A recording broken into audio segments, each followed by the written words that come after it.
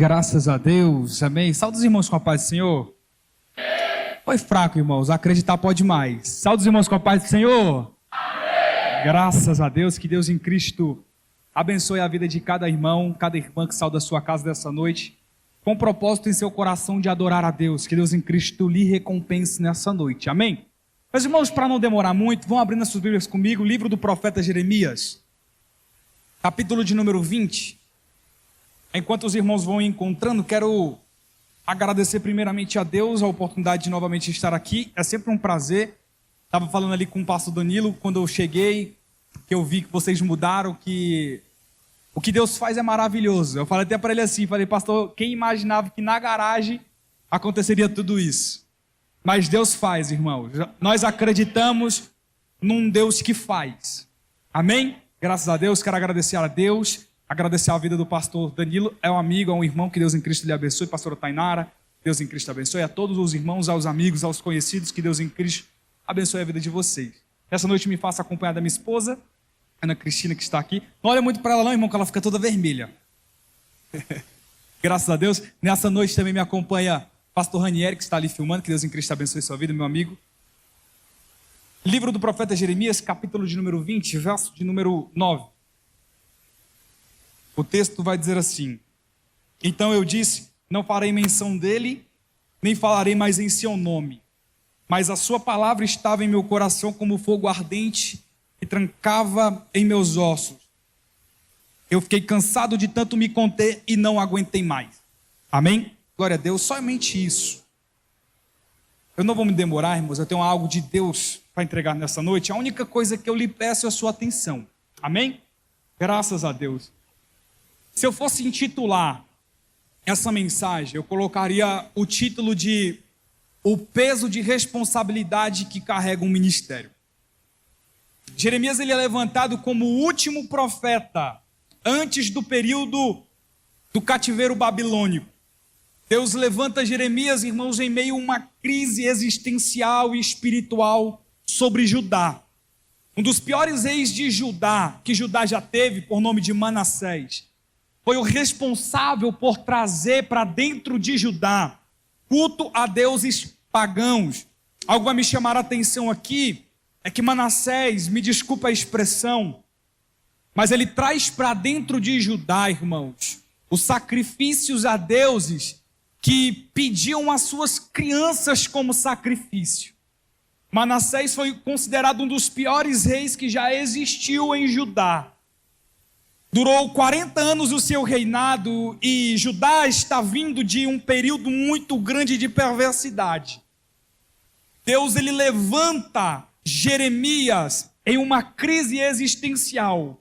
Só que Jeremias ele é um profeta, não um profeta conveniente como nós vemos por aí. Nós vemos por aí muitos profetas por conveniência. Profetiza aquilo que é lógico. Jeremias não. Porque quando você olha o contexto social, o contexto cultural, da forma que Jeremias foi levantado, uma das coisas que mais me chama a atenção é o lugar que Deus chama e levanta Jeremias. Meus irmãos, quando você lê o primeiro capítulo e o primeiro versículo do seu livro, você já vai ter ideia de onde Jeremias veio. Abiatar foi um sacerdote que nos dias de Davi, ele serve a Davi com fidelidade. Mas quando Salomão está para ser assunto ao trono, em ascensão ao trono, o texto vai dizer que ao invés de ele fazer aliança com Salomão, ele se aliancia com Adonias, seu irmão, que usurpa o seu trono. A Bíblia vai dizer, meus irmãos, que por conta disso, Salomão faz com que todos que se aliançaram contra ele morram. Casos de Joabe, Aitofel, homens que perderam a sua vida porque tentaram usurpar o trono. Adonias foi um dos exemplos, Salomão matou. Só que no caso de Abiatar, algo vai me chamar a atenção. Porque Abiatar ele serviu com fidelidade a Davi. Salomão lembrou disso, você serviu a meu pai. Sabe o que Salomão vai fazer com Abiatar? O texto vai dizer que ele vai exilar Abiatar. Toda a classe sacerdotal é expulsa de Jerusalém e agora vive em uma terra por nome de Anatote.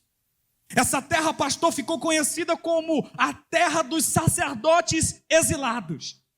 Irmãos, uma das coisas que Salomão fez com essa classe sacerdotal foi: eles perderam o nome de sacerdote, eles não têm mais o ofício sacerdotal, eles foram expulsos de Jerusalém. E algo me chama a atenção aqui, porque o primeiro versículo do livro de Jeremias, o texto vai dizer que Ilquias, pai de Jeremias, sacerdote em Anatote. Mas como assim? Ele não tem mais o ofício. Por que ele continua servindo? Ele não tem mais o nome. Por que continua servindo?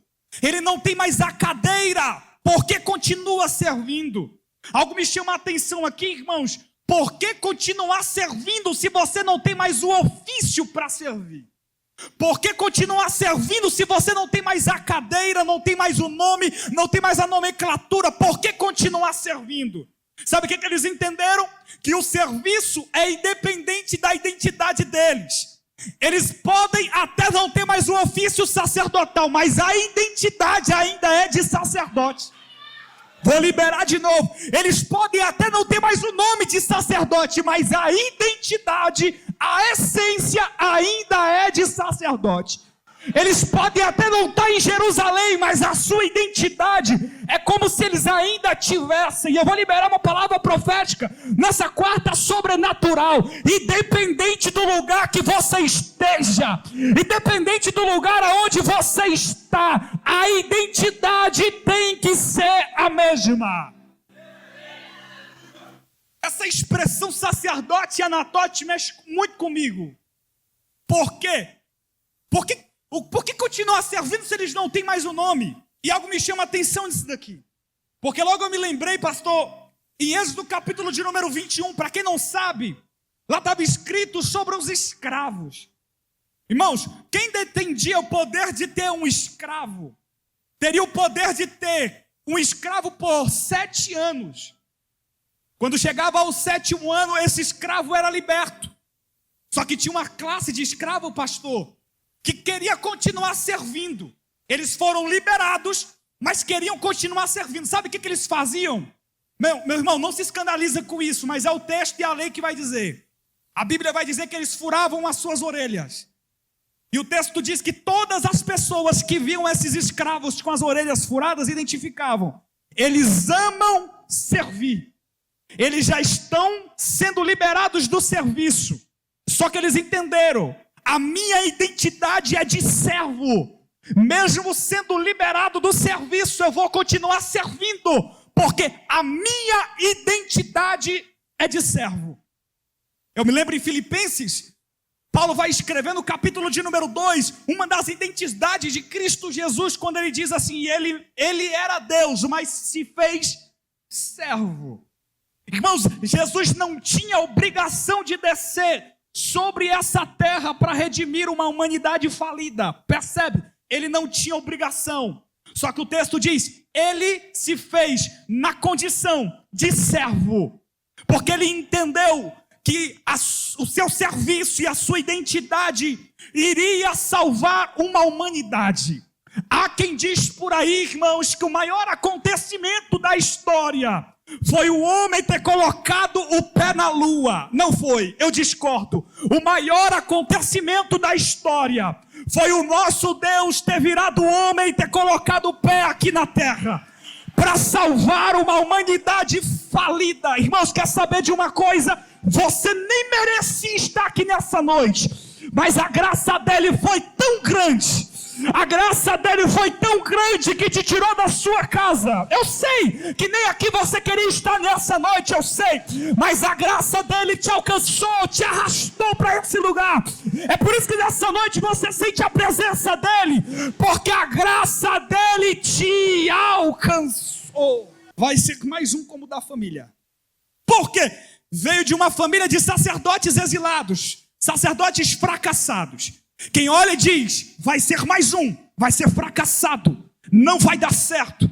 Só que quando você olha o capítulo 1, verso de número 5, Deus vai falar com Jeremias. E sabe o que Deus vai falar com Jeremias? Jeremias, antes o mesmo de ser formado no ventre, eu te conheci. Sabe o que Deus está dizendo para Jeremias? Você nem tinha nascido ainda, mas você já tinha um propósito, Jeremias. Você nem foi formado no ventre ainda, mas sob sobre a tua vida já tinha um propósito estabelecido. Sabe o que Deus está dizendo para pessoas aqui? Ele já te conhecia antes mesmo de você ter nascido. Meus irmãos, isso aqui mexe comigo, porque Deus está olhando para Jeremias. Em meio às improbabilidades, alguém pode olhar e dizer assim: vai ser mais um como da família. Não vai dar em nada, nasceu para ser fracassado. Mas Deus olhou para Jeremias e disse: não, eu te conheci antes mesmo de você nascer. Sobre a tua história já tinha um propósito estabelecido. Eu sei de onde eu te tirei, eu sei aonde você vai chegar. É porque os modos operantes dos homens funcionam assim. O homem olha da onde você veio. O homem olha a sua ancestralidade. O homem olha a sua árvore genealógica. Só que tem um problema nesse modo, sabe por quê? Porque o homem pode olhar o teu passado, o homem pode olhar o teu erro, o homem pode olhar aonde você veio. Só que o homem jamais será capaz de ditar aonde você vai chegar. Deus está olhando para Jeremias e está dizendo: eu sei de onde você veio, só que o lugar aonde você vai chegar, maldição hereditária não vai continuar sobre a tua história. Irmãos, eu estou pregando isso daqui com firmeza no meu coração, porque tem uma palavra que queima. Porque alguém olhou para você e disse: não vai dar em nada, porque teu pai foi tal coisa, você vai ser tal coisa. Não é assim. O que Deus está dizendo para você: eu te conheci antes mesmo de você ter nascido. Sobre você já tinha um propósito, porque a caneta da tua história não está na mão do diabo. A caneta da tua história não está na mão do inimigo. A caneta da tua história está na mão de Deus, e Ele escreve nessa noite uma história linda para você. Só você que acredita nessa palavra. Ele já escreveu uma história linda para você. Quem olha Jeremias e vê de onde ele veio, identifica algo, não vai dar em nada. Deus olha para Jeremias e diz: vai ser profeta. Porque eu não sei para quem acredita isso aqui, irmãos. Deus levanta profetas em lugares desacreditados. Vou repetir: Deus levanta profetas em lugares desacreditados. Não entendi, Felipe? Então vou simplificar. Em lugares de crises, em lugares desacreditados, Deus faz levantar um profeta. E eu não sei para quem é, mas eu vou profetizar, irmãos. Deus está te constituindo nessa noite como profeta na tua casa. Se até hoje ninguém da tua família conseguiu, você vai ser o primeiro que vai conseguir. Se até hoje ninguém da tua família chegou, você vai ser o primeiro que vai romper e vai chegar. Se ninguém conseguiu sair do país, você vai ser o primeiro que vai sair. Se ninguém até hoje conseguiu romper, você vai ser o primeiro que... Isso aqui, irmãos, é só para quem acredita. Deus está levantando profetas de ambientes desacreditados. Pastor Danilo, eu estou pregando para pessoas que entraram aqui nessa noite, que serão os primeiros empresários da sua família. Eu estou pregando nessa quarta-feira sobrenatural, pastora Tainara, e Deus está falando comigo: vai ser os primeiros que sairão do país, falarão em outras línguas, serão importantes, sentarão no meio de príncipes. Deus está falando: se até hoje ninguém conseguiu, você vai ser o primeiro da tua família que vai.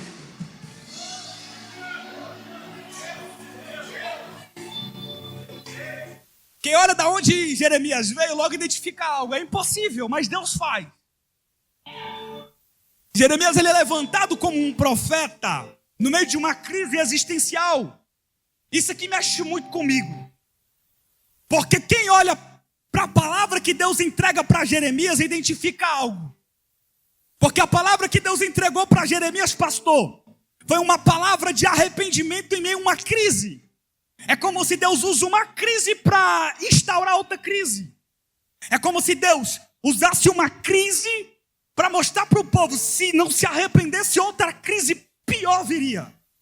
Eu vou te provar. Jeremias, ele viveu no meio das deportações da Babilônia. No ano de 605 a.C., a primeira vez que Nabucodonosor ele invade Judá, Jerusalém. A história vai dizer, pastor, que Nabucodonosor ele vai levar homens como Daniel, Ananias, Misael e Azarias para a Babilônia. Porque Nabucodonosor acabou de receber o reinado de seu pai, Nabopolassar. A história vai dizer que logo ele identificou O novo reinado está surgindo, e esse reinado era ferrenho. Nabucodonosor identificou, é mais fácil eu levantar jovens que tenham capacidade para aprender sobre a nossa cultura, para aprender sobre a nossa religião. Levou jovens como Daniel. Esses 3 profetas foram levantados na mesma época, Daniel, Ezequiel e Jeremias. Daniel, pastor, foi levantado dentro do palácio babilônico. Ezequiel, ele foi levado na segunda deportação, no ano de 597 antes de Cristo. Ele é usado por Deus no meio do cativeiro babilônico. Só que se lembra para vocês que eu disse que Jeremias, ele estava exilado em Anatote junto com a sua família? Pois é. Na terceira deportação de Nabucodonosor, ele vai levar os sacerdotes. Mas como essa classe sacerdotal estava exilada em Anatote, eles não foram. Jeremias, ele é usado por Deus em Jerusalém, depois que a terceira vez que Nabucodonosor ele entra em Jerusalém. Essa terceira vez que Nabucodonosor ele entra, no ano 586 a.C., ele destrói os muros de Jerusalém, ele queima os muros. Ele destrói o templo, porque ele entendeu, se a cidade não tem muro, ela não está protegida. Se não tem templo, não faz sentido a sua adoração. Jeremias é um homem que foi levantado como profeta, mas ele sabe o que um sacerdote faz. A palavra que Deus coloca na boca de Jeremias é essa: se vocês não se arrepender, coisas piores virão. Pastor, um homem usado por Deus, que viu uma crise sendo instaurada. E eu acho interessante que Jeremias não é um profeta por conveniência. Porque profetas por conveniência, vendo a crise, pastora Tainara, vai profetizar o lógico. E qual era o lógico? Se a crise veio, logo profetizaria. Vai vir a bonança, porque já veio a crise. Só que Jeremias nunca mudou. Preste atenção nisso. Jeremias nunca mudou a palavra que Deus lhe entregou. Jeremias não era um profeta por conveniência. Jeremias não vendia a mensagem de Deus por causa do público. No capítulo de número 20, ele vai sentir o peso do ministério que ele carrega. Quer que eu prove? Por não vender a mensagem que Deus lhe entregou. Versículo de número 1, pastor, o texto vai dizer que ele vai até o templo e ele vai pregar. A Bíblia diz que os sacerdotes vão até o templo para ouvir a pregação de Jeremias. Um desses sacerdotes, por nome de Pazu, ouvindo a pregação de Jeremias, vai fazer algo. Versículo de número 2, o texto vai dizer que quando ele escuta as palavras de Jeremias e vê Jeremias pregando o caos em meio à crise, ele vai falar: prendam esse homem no tronco. O texto vai dizer que açoitaram Jeremias. Jeremias é espancado pela palavra de Deus. Jeremias é açoitado pela verdade que ele carrega. Mas se eu disser para vocês que nem mesmo aquele espancamento ele vendeu a verdade de Deus. Se eu disser para vocês, irmãos, que nem mesmo por conta disso ele trocou a verdade de Deus por aquilo que era conveniente, ele sustentou. E algo vai me chamar a atenção nisso daqui. Porque, irmãos, se eu disser para vocês que ele foi um profeta que profetizou e não viu nenhuma profecia se cumprir, você acreditaria? Agora imagina você ser um profeta que profetiza e não ver nada acontecer.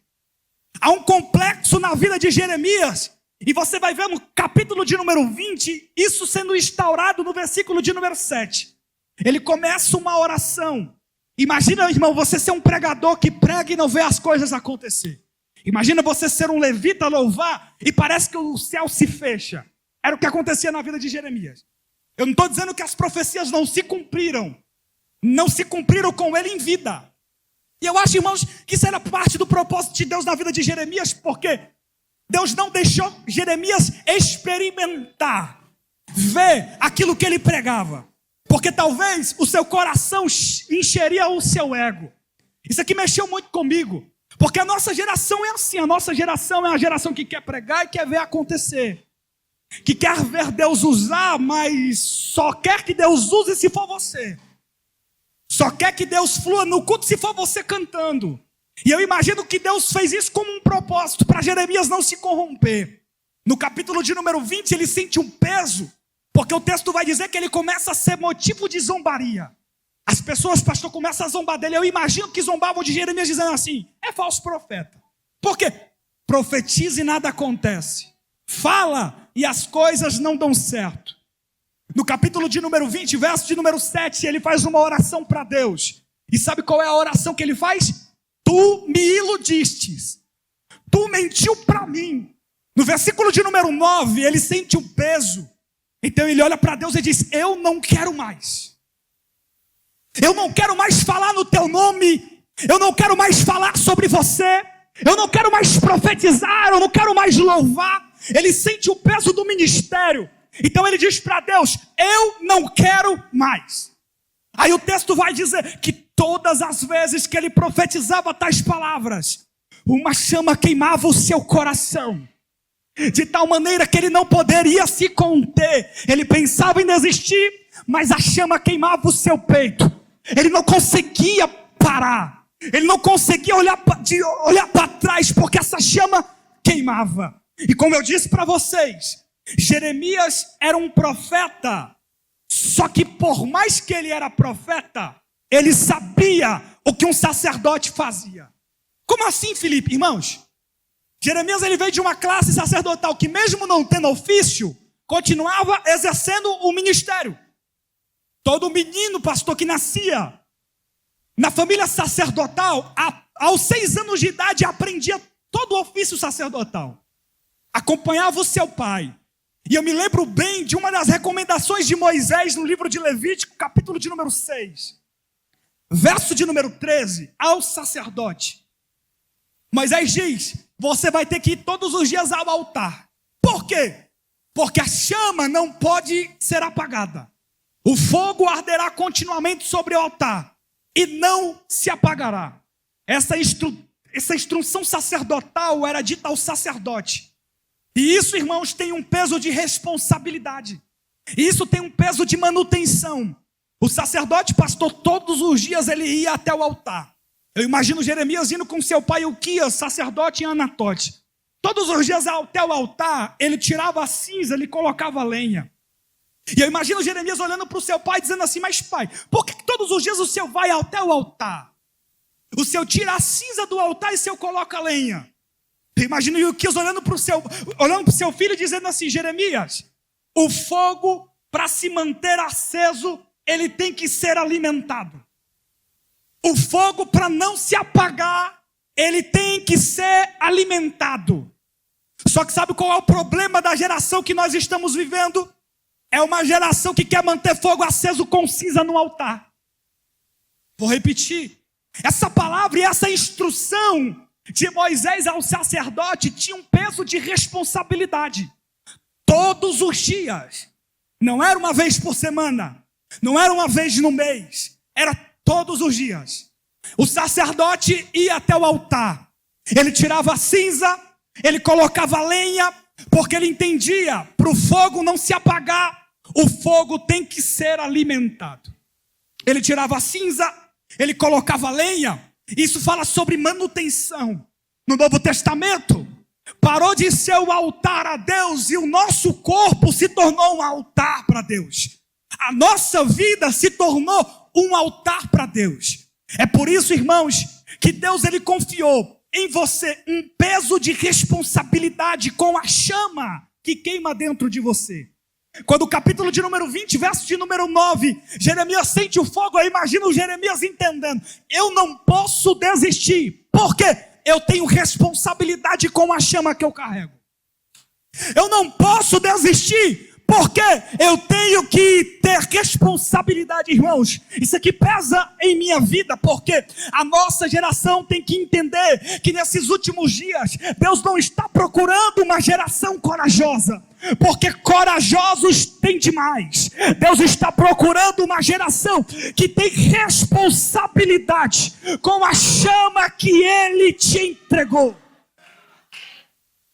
Eu imagino Jeremias olhando, sentindo a chama, e logo vindo no seu pensamento: eu tenho responsabilidade. Eu não posso desistir, porque tem uma geração que precisa ser incendiada pela chama que queima no meu peito. Tem uma geração na Ceilândia que vai ser incendiada pelo teu coração queimando por Jesus. Sabe por que você não pode parar? Porque se você parar, uma geração para com você. Mas você tem responsabilidade com a chama que Ele te entregou. Mais do que uma geração corajosa, Deus está procurando uma geração de responsabilidade. Eu me lembro bem de um dia Moisés no deserto. Algo vai chamar a atenção de Moisés no deserto. Porque Moisés vai ver, pastor, uma sarça que pegava fogo.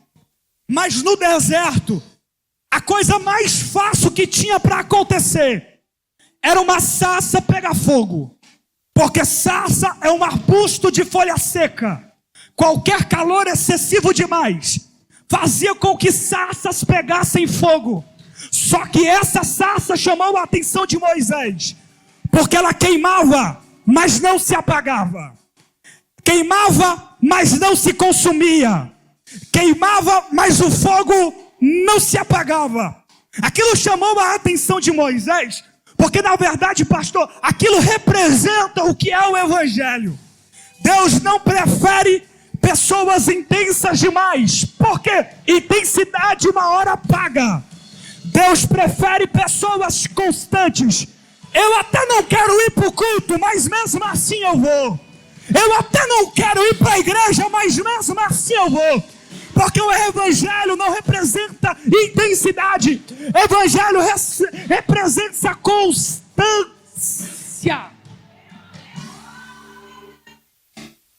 Isso aqui fala muito comigo, porque nesses últimos dias Deus procura uma geração responsável do que uma geração corajosa. Corajosos aí fora tem demais. Mas nesses últimos tempos Deus está procurando pessoas que têm responsabilidade com aquilo que Deus entregou.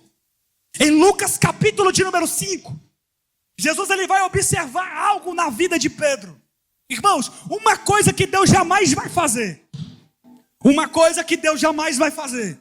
é entregar algo para alguém que não tem responsabilidade. Deus jamais confia algo para quem não tem responsabilidade. Deus jamais confia ministério para quem é irresponsável. Em Lucas capítulo de número 5, Jesus ele vai observar um atributo em Pedro muito pertinente. Sabe o que Jesus vai observar? Pedro está vindo de uma frustração, pastora Tainara. Mas não foi a frustração que fez Pedro largar a rede. O texto diz que Pedro lavava a rede. E esse lavar da rede aqui é muito significativo para Jesus, porque mostrou para Jesus que poderia vir dias de maus na vida de Pedro, mas Pedro não largaria a rede. Poderia vir frustrações sobre a vida de Pedro, mas não era a frustração que faria Pedro parar. Porque se fosse qualquer outra pessoa com aquela frustração, teria largado a rede, teria jogado a rede fora, teria rasgado a rede. Mas Pedro não. Pedro larga a rede porque Pedro entendeu: se hoje não deu certo, amanhã eu vou tentar novamente. Se hoje não foi como eu pensei, amanhã vai ser um novo dia e eu vou tentar. Responsabilidade. Mais do que pessoas corajosas, Deus está procurando pessoas que têm responsabilidade com aquilo que Ele entregou. Se coloque de pé nessa noite, Eu sinto Deus falar sobre este lugar. O proverbista vai escrever algo que mexe muito comigo.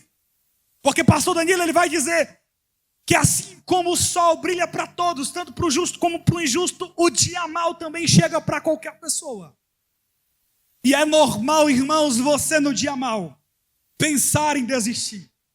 É normal você no dia mau pensar em parar. Só que você tem que entender que você carrega uma responsabilidade. Vou repetir. É normal pensar em parar às vezes. É normal pensar em desistir.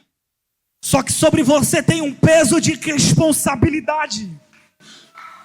Porque Deus não confiou para você algo que não fosse significativo para Ele. Deus confiou algo em você que Ele entendeu. Eles são responsáveis para manter a chama acesa. Eles são responsáveis por manter o altar em ordem. Todos os dias, tirar a cinza, colocar a lenha. Todos os dias, tirar a cinza, colocar a lenha. Sabe aquela oração que você fez ontem? Ontem era lenha, só que hoje ela é cinza. Sabe aquela leitura bíblica que você fez ontem? Ontem era lenha, só que hoje é cinza. Só que você tem responsabilidade de tirar a cinza e colocar a lenha. Porque o fogo não pode se apagar. O fogo não pode se apagar. O fogo não pode. Peso de responsabilidade. Mais do que corajosos, Deus está procurando pessoas responsáveis. E cadê os responsáveis por manter essa chama acesa? Cadê os responsáveis por manter o fogo aceso? Cadê?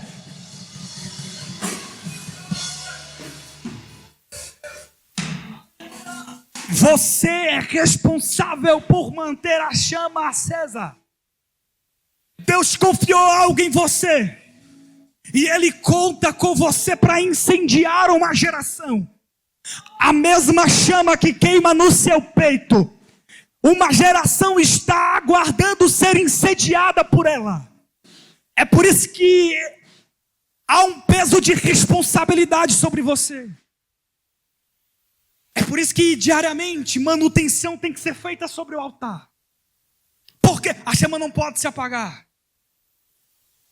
O fogo continuará ardendo sobre o altar e não pode se apagar. Você é responsável pela chama que você carrega. Você é responsável por aquilo que Deus te entregou. Feche os olhos, deixa eu orar por você.